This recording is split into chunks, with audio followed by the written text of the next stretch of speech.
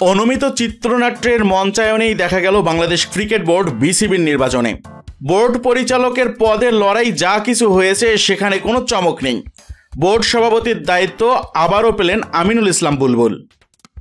গত 30 মে জাতীয় ক্রীড়া পরিষদের মনোনয়নে পরিচালক হওয়ার পর বিনা প্রতিদ্বন্দ্বিতায় সভাপতি হয়েছিলেন আমিনুল। এবার ঢাকা বিভাগীয় ক্রীড়া সংস্থার কাউন্সিলর হিসেবে তিনি বাংলাদেশ ক্রিকেট বোর্ড বিসিবির পরিচালক হন সোমবারের নির্বাচনে। এরপর সভাপতি পদের লড়াইয়ে কোনো প্রতিদ্বন্দ্বী ছিল না সাবেক এই অধিনায়কের। বাংলাদেশ ক্রিকেটের নিয়ন্ত্রক সংস্থার 20তম প্রধান আমিনুল। তবে তার আগে একাধিকবার এই দায়িত্ব পেয়েছেন কেবল একজনই। 4 দফায় বিসিবির সভাপতি ছিলেন নাজমুল হাসান পাপন।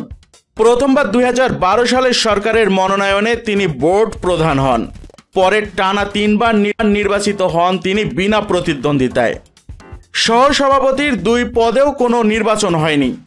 এখানেও বিনা প্রতিদ্বন্দ্বিতায় নির্বাচিত হয়েছেন ফারুক আহমেদ এবং সাখাওয়াত হোসেন। 4 মাস আগে নাটকীয় ঘটনা প্রবাহের পর বাংলাদেশ ক্রিকেট বোর্ড বিসিবির পদ হারিয়েছিলেন ফারুক। পরে সংবাদ সম্মেলনে তার বিরুদ্ধে বেশ কিছু অভিযোগ করেছিলেন বাংলাদেশ সরকারের ক্রীড়া উপদেষ্টা আসিফ মাহমুদ সজীব ভুঁইয়া। তিনি পাল্টা অভিযোগ করেছিলেন উপদেষ্টার বিরুদ্ধে। সাবেক এই অধিনায়ক আবার বিসিবিতে ফিরলেন বড় দায়িত্বে। সাখাওয়াত হোসেন দেশের ক্রিকেট প্রশাসনের একদমই নবীন। সর্বশেষ বোর্ডে বাংলাদেশ ক্রিকেট বোর্ড বিসিবির সভাপতির পর্যটন বিষয়ক উপদেষ্টা করা হয়েছিল তাকে। ঢাকার 5 তারকা হোটেল ওয়েস্টিন, হানসা এবং শেরাটনের পরিচালনা প্রতিষ্ঠান ইউনিক হোটেলস অ্যান্ড রিসোর্টের প্রধান নির্বাহী কর্মকর্তা তিনি।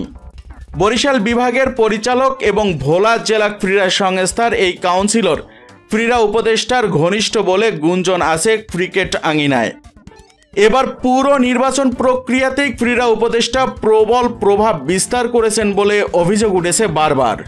নির্বাচন ফিক্সিংয়ের অভিযোগে মনোনয়নপত্র প্রত্যাহার করে নেন তামিম ইকবাল। নির্বাচনে সরকারের নগ্ন হস্তক্ষেপ, নানা রকম অনিয়ম এবং স্বেচ্ছাচারিতার অভিযোগে সরে দাঁড়ান মোট 21 প্রার্থী। নির্বাচনের আগেই পরিচালক পদ পাওয়া নিশ্চিত হয়ে যায় 9 জনের। ক্লাব ক্যাটাগরির 12 পরিচালকের লড়াইয়ে শুরুতে 30 জন থাকলেও শেষ পর্যন্ত তা নেমে আসে 15 জনে। ক্রীড়া উপদেষ্টার সাজানো ছকেই নির্বাচন হয়েছে এমন অভিযোগ উঠেছে বিস্তর। সব মিলিয়ে বিতর্ক এবং প্রশ্নের ভিড়ে নির্বাচন ঘিরে উৎসাহ আর কৌতূহল ছিল না খুব একটা। নতুন পরিচালনা পরিষদের প্রথম সভা হয়ে গেছে সোমবার রাতেই। সামনে গঠিত হবে বোর্ডের বিভিন্ন কমিটি। বাংলাদেশ ক্রিকেট বোর্ড বিসিবির পরিচালনা পরিষদের মেয়াদকাল 4 বছর।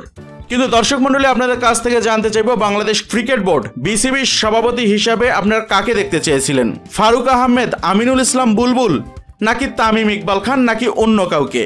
আপনাদের মতামতটি জানিয়ে দিন ইউটিউব চ্যানেল মিক্সার ওয়ার্ল্ডকে। আপনাদের মতামতটি জানাতে ভিডিওটির নিচে কমেন্ট বক্সে কমেন্ট করুন।